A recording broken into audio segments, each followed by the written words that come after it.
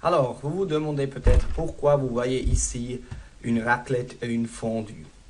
Ben voilà, j'aimerais bien que vous vous imaginez vous-même qu'est-ce que c'est plus recherché en Suisse ou en France ou n'importe où, la raclette ou la fondue.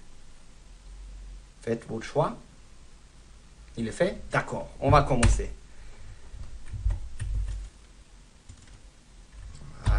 Voilà. Ici, le résultat de fondue contre raclette. Alors, vous voyez ici au nom que la fondue est beaucoup plus recherchée que la raclette, en fait. Hein? Et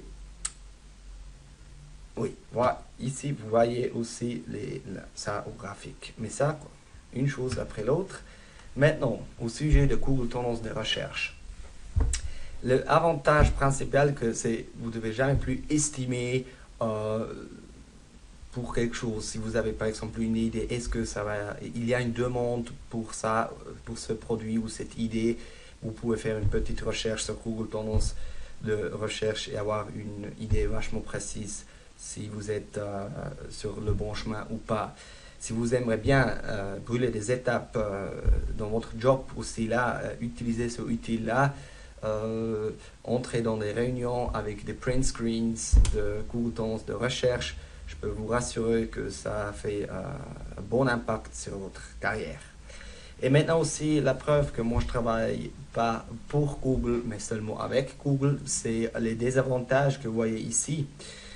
En fait, c'est un super bon outil, mais comme toujours, il y a aussi des désavantages.